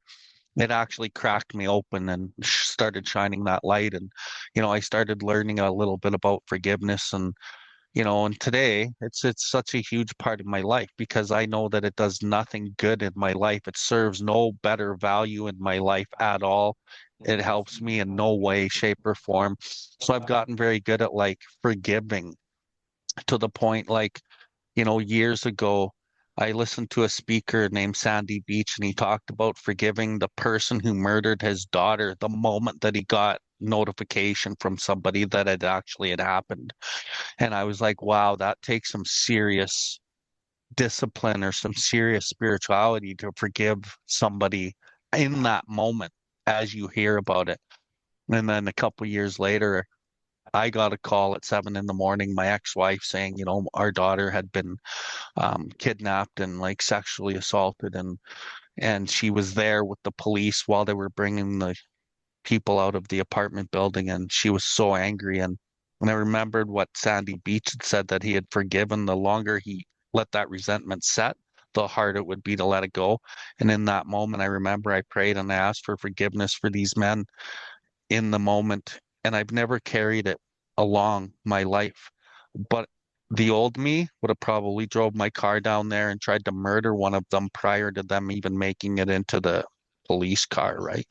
Um, and like that's part of recovery, right? And I do believe, very similar to what you talked about, William, that Creator loves all his kids, and it's not up to us to judge. And if that person can change their life and maybe pack something good into life, that's kind of what our culture like talks about, right? With the medicine wheel and the teachings. And but a lot of our people are very resentful, and so let's not speak of intolerance while we're intolerant ourselves, and really try to practice what we preach. And that's the best way, because that's the energy that we're putting into the world. So I just wanted to add a little bit to that because I found it so beautiful as this day's gone on. Forgiveness has kind of eluded itself to be rising to the top here. Okay. So I see that we have a special man in my life on the screen. His name's Brian Littlechief. He's from Siksika Nation. Brian's been a significant part of my recovery. He jumped on today, probably saw it come up on the Facebook feed or through my post. And then he's just an amazing human. And I go to his ceremonies often, maybe not as often now as I used to, but I still have so much respect for him, and I know he's followed his own path to recovery and helps a lot of people, dedicates his life to Creator and serving the people. And I asked him when I saw him jump on through text message if he might come on and share, for 10 or 15 or even 20 minutes. We got about 20 minutes left, so I think I'm going to ask Brian if you would be so kind, maybe share a little bit of your story and your journey and how you've kind of gotten to where you are with culture and all the residential school, and just whatever you want to share, Brian. I'm going to open up the floor to you, and I'll save my story for another day. Go ahead, Brian. Thank you. Can you hear me now? Oh. Okay, done.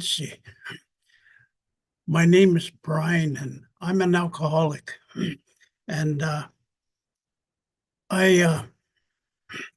you'll have to excuse me, I gasped for air. I had the Delta COVID in 21. So I went from 21% use of my lungs to now 71. So, but anyways, I'm from the Siksika Nation at a very young age. From up to 11 years old, we moved to Calgary because Dad got sick. We're only supposed to be there for the winter, but 35 years later. Anyways, my first language was Blackfoot, and I was very fortunate to have been raised among community elders. And the influence of mainstream society was hardly touched us. We spoke, We didn't have electronic stuff. We hardly had vehicles. You had no power. So I was raised in our culture. And like all other cultures, our culture is in the valleys, is in the coulees, is in the mountains, is in the prairies, because there's always stories about us. So I was part of that Sundance stuff and all that growing up. And then I went to a residential school for 6 years. And after that, in Calgary, I went through the mill of life, the addiction, the abuse, all these stuff, because I was raised in the culture and values of our ways. But residential school started to take that away because the connection was. Then when I started drinking, I was marred by society's attitudes and behaviors. Start drinking, you have this tough persona. You start to act and talk and do what a non-native does. That's colonialism to me. So when I started drinking everything like that, I had the same problems. And I had the same problems as everybody. I was a miserable guy. People would say, you see that guy over there? He is a fucking asshole when he's drinking. Don't go near him. But when he's sobered, he's a real nice guy. And that's how it was. And I will touch on spirituality because I come from a spiritual, we all come from a spiritual, Ojibwe, Cree, Blackfoot, whatever tribe. We had that knowledge. And now we've detached from there. So we lost all that. I lost that values and belief systems through drinking because I became somebody else. But deep inside, it was still there. My computer still had knowledge of those things, but I didn't use it. So I became an alcoholic, had relationships, and I could have died twice, I know, in my life from being so hungover. And I shot somebody. I missed him. I stabbed somebody and I got him, but I got the winter clothing. These things give me the shivers. Now, later on, when I started to go back to my spiritual ways, the teachings, I realized. And so I've been on the red road recovery for 42 years. And in that time, I've come to realize, and I come to see things like in 3 phases, how it was. This is where, if you're Cree or Ojibwe, this is where we were raised with the values and belief systems, all these ceremonies we had knowledge of, the plants and everything, our ceremonial stuff. What happened? Well, the negative policies of government, the assimilation policies, that's where the cultural genocide started happening. Residential schools, it took the teachings.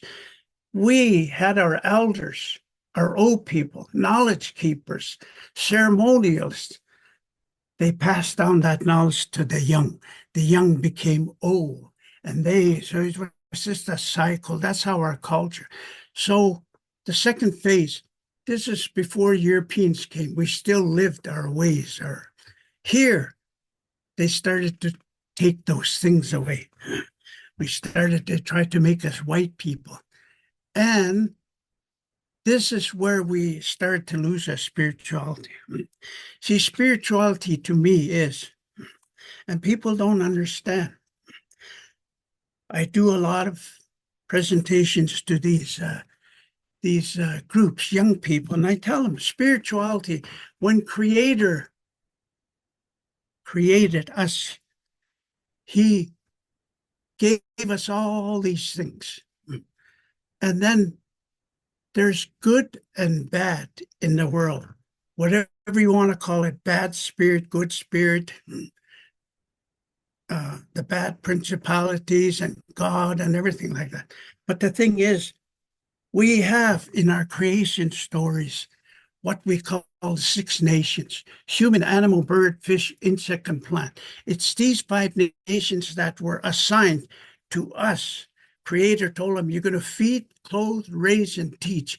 Me, I will give them gifts through you. That's why we have these grandfathers come in bird form, animal form, and choose certain people, and they put them in the hill valleys or coulees or whatever, and they give them gifts. Those are the ones that bring back the spiritual that we had over here and the good way of life, how to. But in the middle, that started to fall apart. So spirituality in creation, when he assigned the grandfathers to do all these things, before they started to help the human, there was a schism, or there was a split. They fought, and these became bad. These became good, and that's what we have to contend with in life. So if you're drinking and you're at a house party, your wife is talking to your friend at the doorway, and everybody's socializing. Everybody's having, and the more of that negative drink you take, the evil one, the negative brain will come and say, hey, look at your friend is hitting up on your wife. You sit up and then the good brain comes in and says, no. So or in another scenario is you can't stand something. Maybe your wife left you. And then you say, I can't live. So you go to the bridge and you climb over and you hold the rails and you want to go. And your life, the good brain is saying, it's not going to change. Go.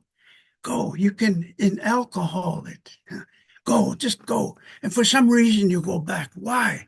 Because the good brain, the good spirit, you heard him. That's why we're losing a lot of our indigenous people. There's a big spiritual disconnection in our native communities, in our reservations, because we've lost that, how it was. We're at what happened. We have Crees, Blackfoots, Ojibwe, and whatever that don't know nothing about the spiritual. They're just riding on the coattails of being Cree, Blackfoot, but they don't know. That's why we have to go back.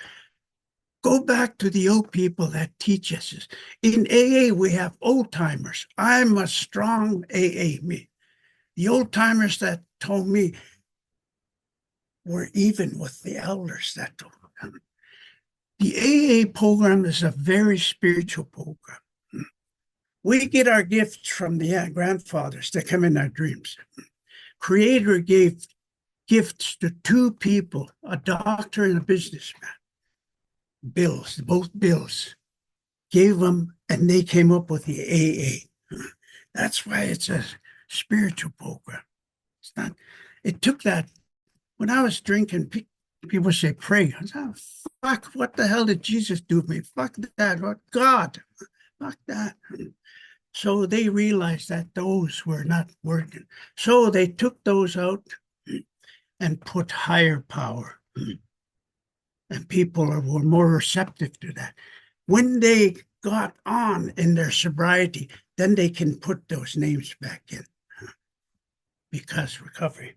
Now, and I learned through the suffering, through the pain of all these things that the Creator, we were spiritual people. All Indigenous people are spiritual people. That's why our elders always open with a prayer. You get up in the morning, they encourage us to pray. You don't know what your day is going to be. Pray for guidance. At the end of the day, do an evaluation. Pray and say, oh, maybe I shouldn't have argued with her. That's how we were taught. But we've lost that. So we got to instill that back into that. This is how it was, what happened, and how it is now. Now we're trying to put the Indian back, and we got to put that, their cultural knowledge, the Cree stories, the Cree culture and everything. But above all of this, the most important thing is the language. Language is the most sacred thing the Creator gave us. Because in our language is embedded our values, belief systems, rites of passage, songs, everything. In order to, if you want to seek a spiritual way of life in the Indigenous way, and you don't have that knowledge, and the elders put you on a hill in the prairie, the animals, I know, I've experienced them, they come talking in that language. And if you don't speak it, that's where it stops, because you don't understand them. So it's important to get all these things. And that's why I gravitate to AA. What they say, I just indigenize it to really understand it. And it's a very good program. I drop in on AA meetings once in a blue moon. And because they say, haven't had a spiritual awakening as a result of these steps, people move on. I went on to the spiritual, and I'm nobody important. I'm just Brian, an alcoholic who's practicing, and now I'm trying to give back by sharing. That's what AA does. Testimony, not lecturing. So that's the thing that I follow my life. And I'm really humbled. I'm here. Creator gave us our soul, which is very important in the spiritual. In the physical world, he took that soul and he put it into a vehicle, and the vehicle is our body. How you take care of that body is how you take care of that vehicle is how long it's going to last. That's why we come to the realization, gee, I'm sick and tired of being sick and tired. I've been so close to, once you grasp that, in AA, they have the 3 steps. I like those because I indigenize it and I say, I can't do it. The alcohol, but I can do life. I can do this. He can. I'll let him. Let go and let God. So it's not pushing the alcohol away. It's changing your life. I've always liked this 24-hour day. It says May 30th. I am part of AA, one of many, but I am one. And Blackfoot need Chitapi's one. I am one. I need the AA principles, the values and belief systems of our culture, for the development of the buried life within us. That guy over there's a fucking asshole, but when he's sobered, nice guy. That's the buried life. That development of the buried life, to bring that person out, good Brian out within me. AA may be human in its organization, but it is divine in its purpose, the spiritual, God, Creator, Allah, whatever you want to call him. The purpose is to point me towards Creator, God, to a better way back to my culture, back to my tribe, and a better life. Participating in the principles of the movement is what we're doing here. When you go to a sweat lodge, we go to a pipe ceremony, all these things. I shall share in the responsibilities, which is I'm doing. Taking it upon myself to carry my fair share of the load. My experiences of an addiction life and looking on the brighter side. Not grudgingly, but joyfully. to the extent that I fail in my responsibilities, spirituality fails. So I just want to tend to jump around sometimes, but we have to take care of our vehicle. We need Creator and the grandfathers. They were put here to guide us, to help us. So that's why when we pray, we do it spontaneously. And I like AA. That's how I started. But I already had, it's a spiritual, it just further reopened my spirituality in life. And now people come and I share. People come and we have ceremony. We feast.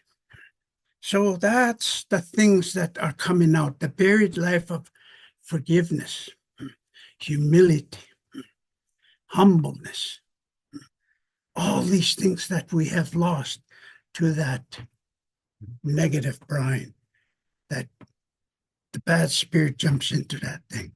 And there's a lot of people that are in jail, are Indigenous people that commit murder.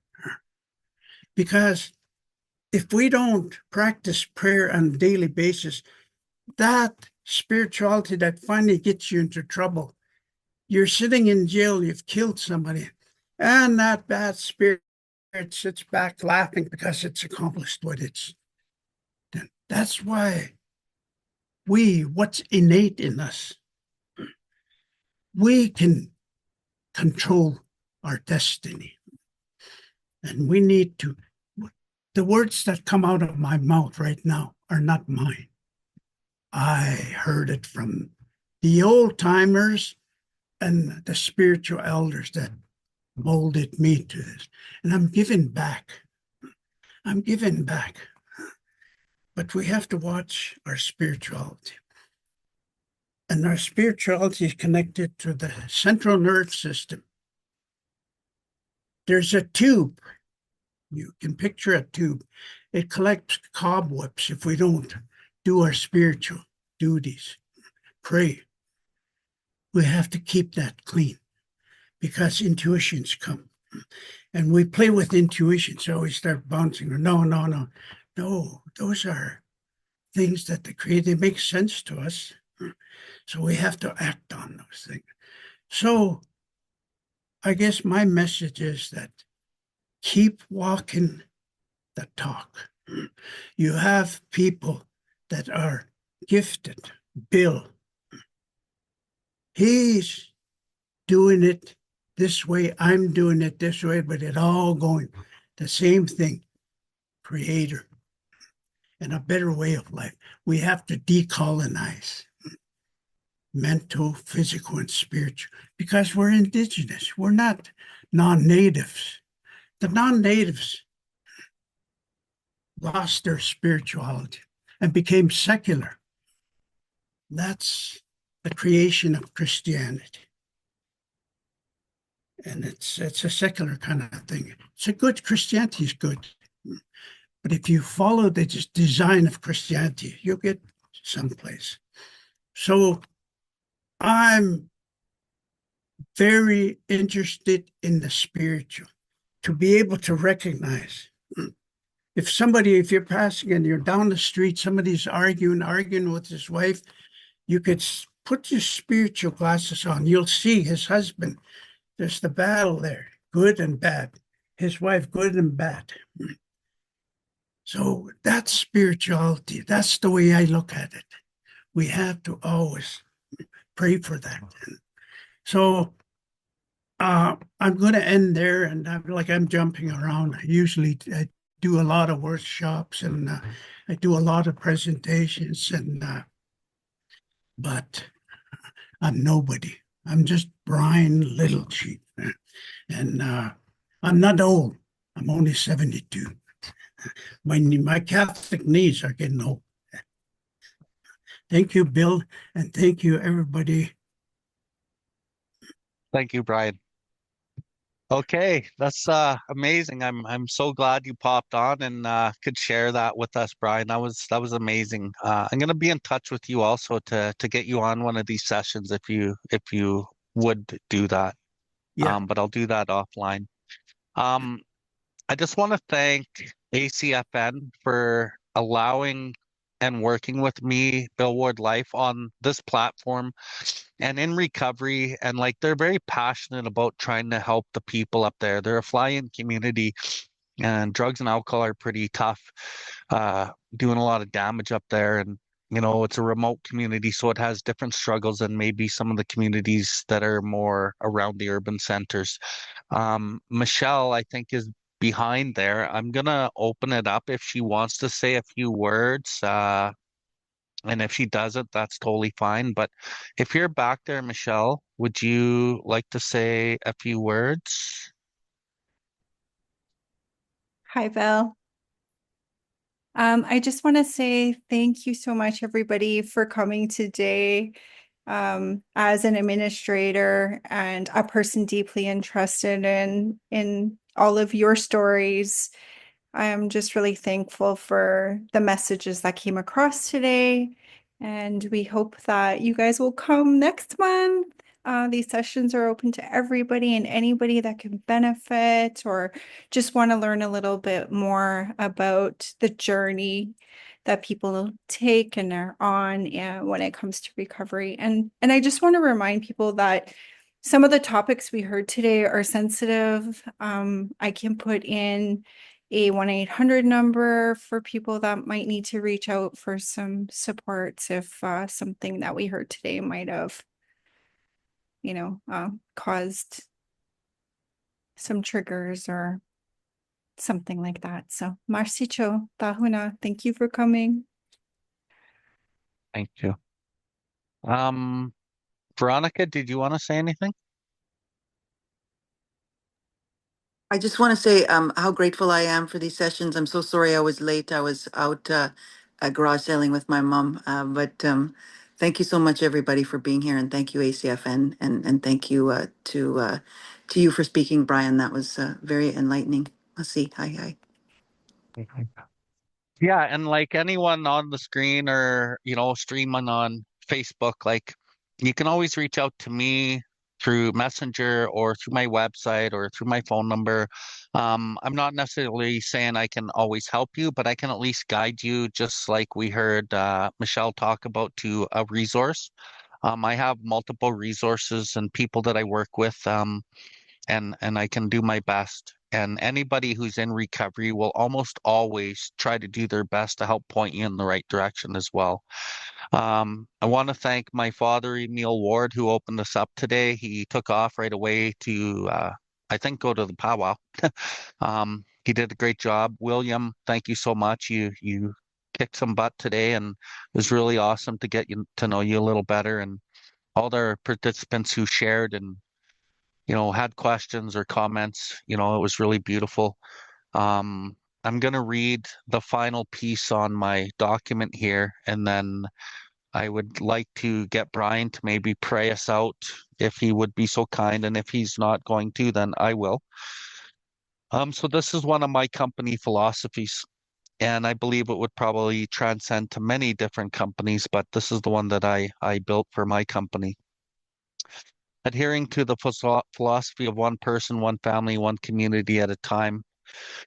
Billwardlife provides customized workshops, speaking engagements, guidance to, and resources to First Nations community and organizations. My goal is to educate, inspire, and guide our people to become the best individuals, families, and communities they can.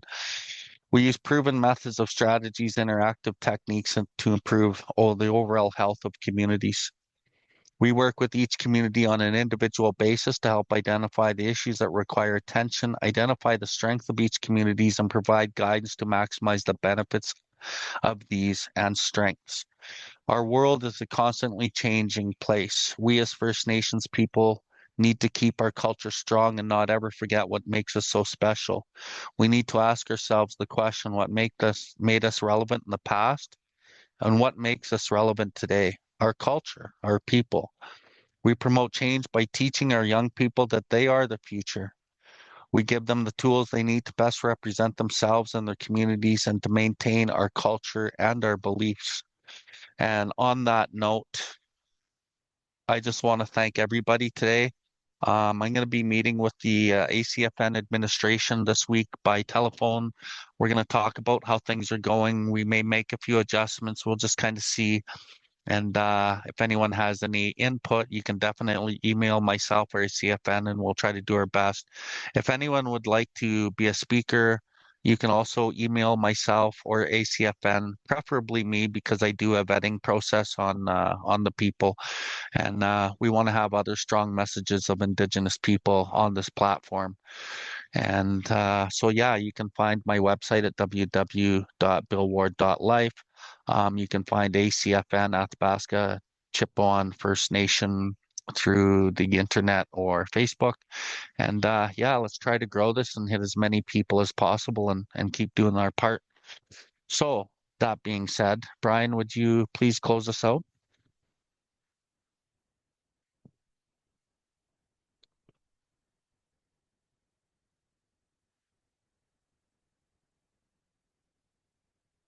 Hold on. You got on mute.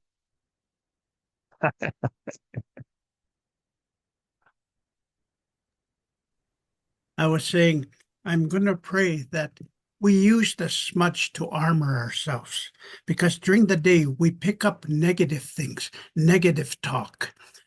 And I will pray that whoever you meet, wherever you go, that you hear good things and talk with people in a good way and understand each other. There's too much negative. Ayu na pinatusi. Ayu sipat pipai ki matu ki tata nuksistikoi. O ki amok sinit hukai pui mai nuksistikoi nukapas isuaki sao. Ani kamisiki tu jiski wistu muawa. Ai nuksista piputu musawa kia istipata pio panayu ta ku ta tsimo. Aneu ta hukai pui ma hukitau jistapitu tia hukita yuhtu tia. Kima tu sawa kia o kia hukatsti tam kanawani tu ya.